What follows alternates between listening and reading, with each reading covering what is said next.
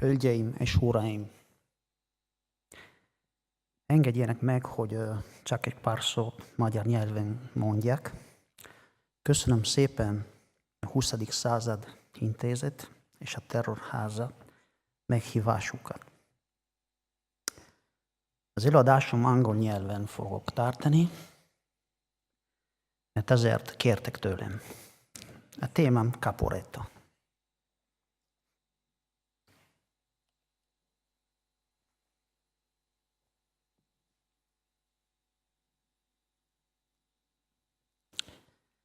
In the years of the Great War, great powers and their allies lost several battles. None of them proved to be as ultimate defeat. Even the last offensive mounted by the Allies on the Western Front, which brought Imperial Germany near the final collapse, didn't achieve the complete annihilation of the German army. First World War, early in the beginning of the military operations, showed almost immediately the characteristic of a war of attrition with huge human and material losses, even in case of victorious battles. In the era of modern nations and nationalism, two factors strongly influenced victory and defeat. The one depends upon the possibility to go on with the war even after a military campaign ending with a disaster. The latter is deeply influenced by the attitude to admit defeat.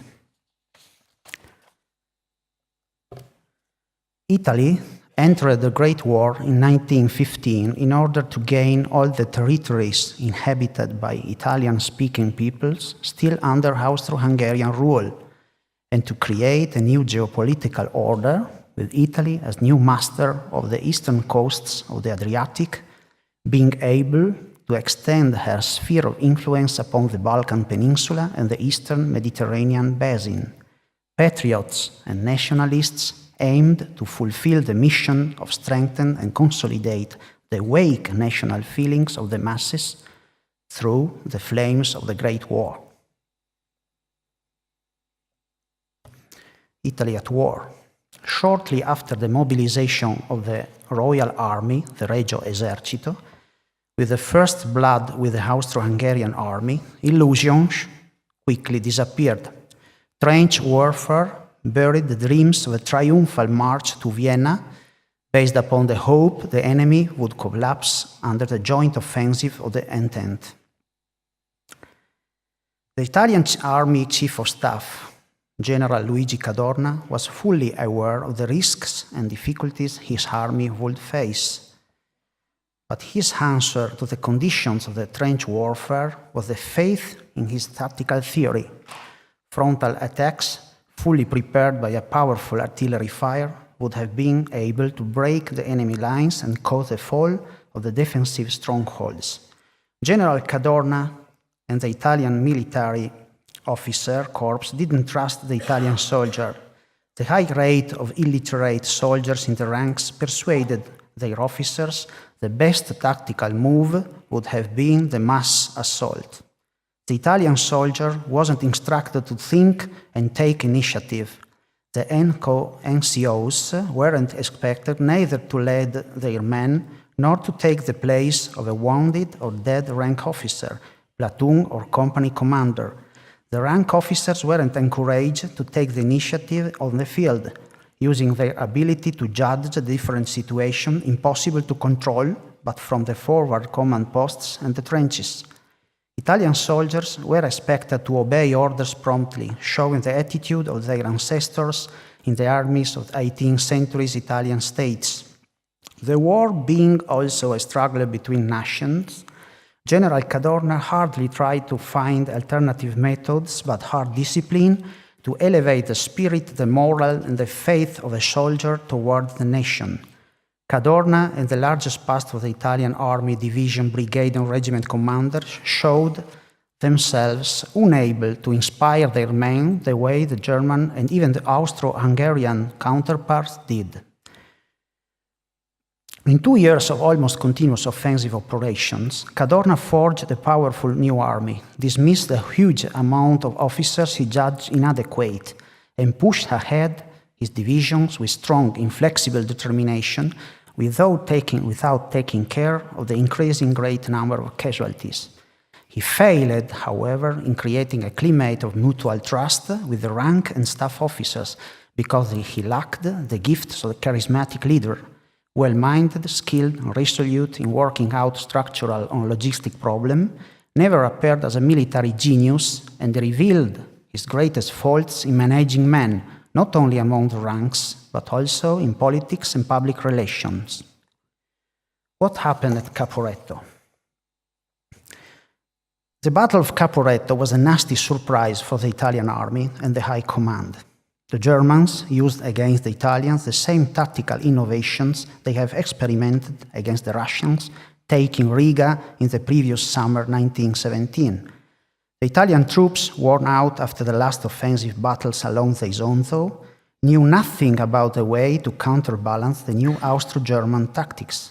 The Second Italian Army, whose divisions were in charge of the front from Flic to Görz, was taken by surprise and beaten by an enemy being superior in many ways, experienced in fighting in the most difficult and mountainous terrain.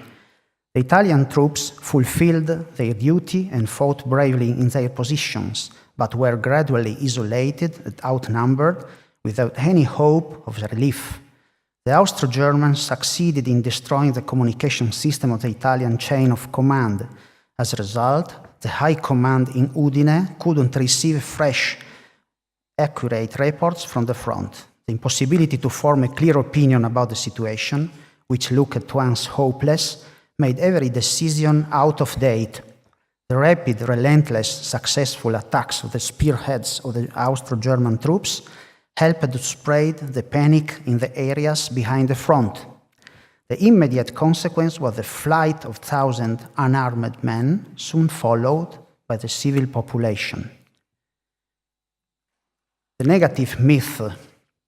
The key question with the Battle of Caporetto is the behavior of the High Command, of General Cadorna himself. When the evidence of the Austro-German breakthrough circulated among the officers in the High Command, they couldn't imagine how such a disaster could have been happened. In a way characteristic of the deep mistrust shown by the High Command, General Cadorna added the whole responsibility of the incoming defeat to the soldiers of the Second Army. Let we remember some of the words sent to Rome by General Cadorna in the war bulletin published by the High Command the 27 October 1917. Citation: "Units of the Second Army, acting cowardly, have given up their position without fight and surrendered, shameful to the enemy." There are no examples of such attitude among the generals in other countries involved in the First World War. General Cadorna and his staff officer blamed the soldiers for refusing to fight. French army mutinies in 1917 were treated with caution by General Philippe-Henri Pétain, who didn't want the news of the upheaval filtering out from the front line to the nation. In 1917, weariness appeared in every army at war. Italian High Command made the difference, supposing the soldiers were infected by subversive propaganda. General Cadorna himself was the creator of the negative myth upon the Battle of Caporetto. Another question strictly related to the first one is the fear of truth. Cadorna was fully aware of the prowess of the enemy. Nevertheless, he couldn't realize he had met with strategic surprise made possible by the effectiveness of superior tactics and leadership. The refusal to accept the truth made impossible to admit the Italian army inferiority on the battlefield wasn't due to men bad performances in combat role, but to poor leadership, lack of initiative, and outdated defensive tactics. It seemed a better solution to search responsibility elsewhere. If General Cadorna had been ready to hold the responsibility of the lost battle, explaining the fact to the nation and even giving up the command without being forced to resign, he would have spared Italy from the charge of cowardice and military ineptitude. In late October 1917, the Italian nation was abruptly awakened from its victory dreams. The real situation was now the hostile invasion of national territories and the crisis with the High Command. The urgent question was the flight of soldiers and population, with the dramatic battles of the retreat, thanks to which the Regio Esercito prevented the Austro-Germans from achieving a complete victory. In 1918, the Great War ended with Italy among the winners. War attrition and post-war crisis forced the liberals, who have ruled the country from the decade of unification, to face their political sunset. The call to power of the fascists and the creation of Mussolini's dictatorship put an end to any critical approach to the Battle of Caporetto. Simply trying...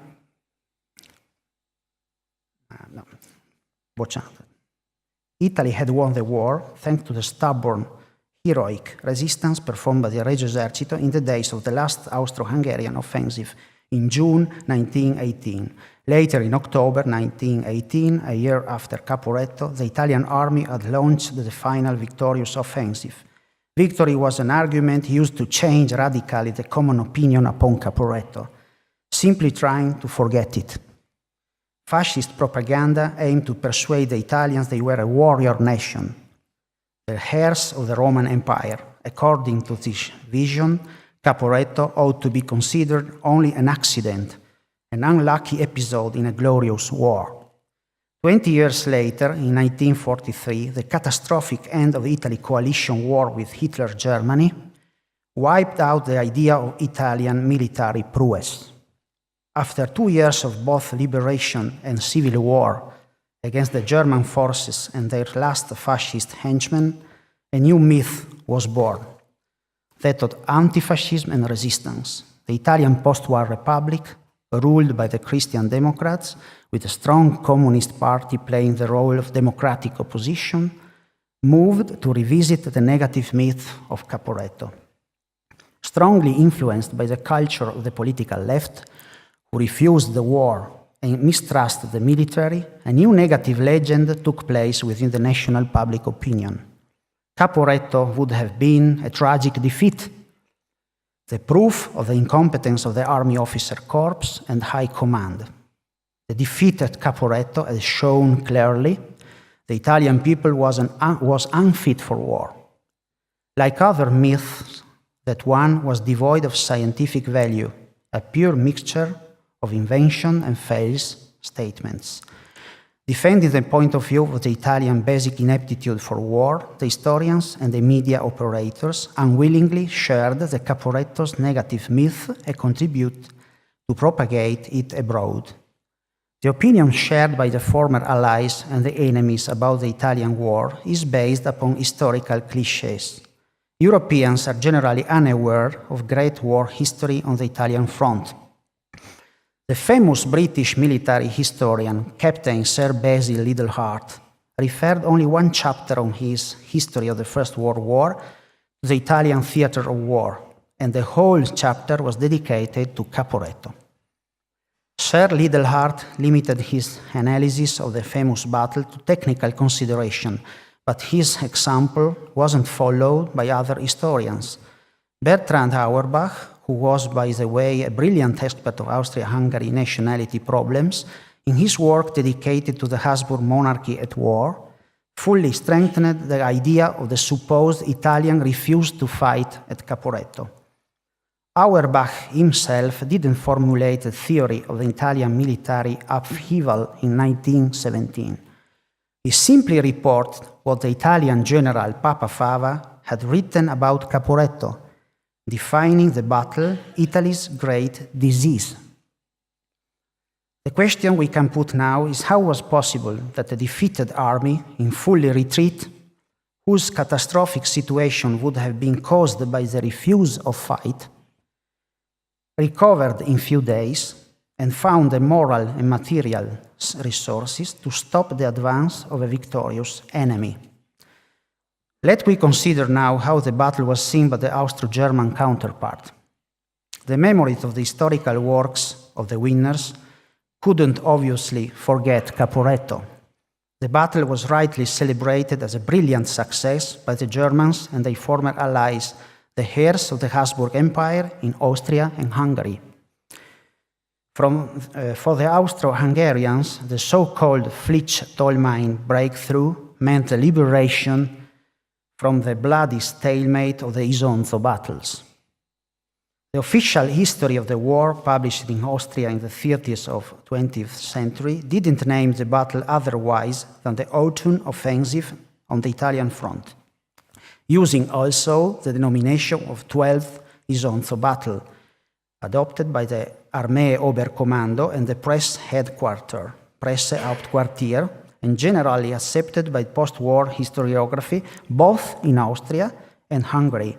The Hungarian military historian Ferenc Julier used for the Operation Waffentreu, the Battle of Caporetto, the geographical and strategic denomination adopted from the very beginning, the Flisch-Tollmain breakthrough. In other words, the winners weren't fascinated by the myth of Caporetto. The memories of the Austro-German survivors, from private to general, all concentrate on the strategic meaning of the battle. They didn't create the negative myth of the Italians at Caporetto because they were proud of their superior military performance. Victory had come thanks to the tactical prowess of the commanders and the bravery of the troops, by no means to mass surrender and flight of an enemy unwilling to fight. Prejudice against the Italian soldiers reflected the consolidated North European prejudices towards the whole inferior South, according to Max Weber's discerned difference between Protestantism, capitalism, and progress on one side of the balance, and Catholicism, feudalism, and regression to the other. The French ally sometimes didn't show different approaches. Maurice Barré defined Italy, citation, a country designed for dilettantes who were a bit weak, elegant, and incapable of all effort. Popular racial stereotypes were assumed and repeated by politicians and the military.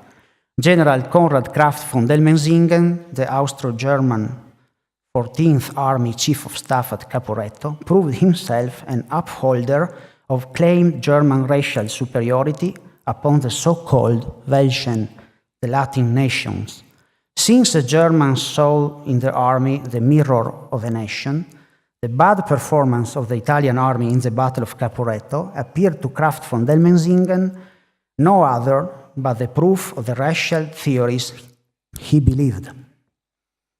The same bad opinion about the Italians was shown by the German liaison officer within the Austro-Hungarian Armee Oberkommando, General August von Kramon. According to Kramon, Italians were bad soldiers despite all their equipment and supplies. Conclusions. Why we can't define Caporetto a complete defeat? In the Battle of Caporetto, the Italians met without doubt with a severe military overthrow. To give an accurate historical survey, we should forget the negative myth of the battle, a myth the Italians themselves created and nourished for a long time after the battle. The former allies and enemies of Italy supported the myth only in order to celebrate their own military performances, while historians all over Europe lacked accurate research in the archives. Italy didn't behave in an alternative way for decades. The turning points were the works of Paolo Gaspari, historian and chief publisher. Thanks to him and the new generation of researchers, in the last 20 years, the negative myth finally collapsed. Precise studies on the battle of the retreat from the Isonzo front showed a quite different army and obliterated forever the legend of the Italian military upheaval and flight without fight. Thank you very much.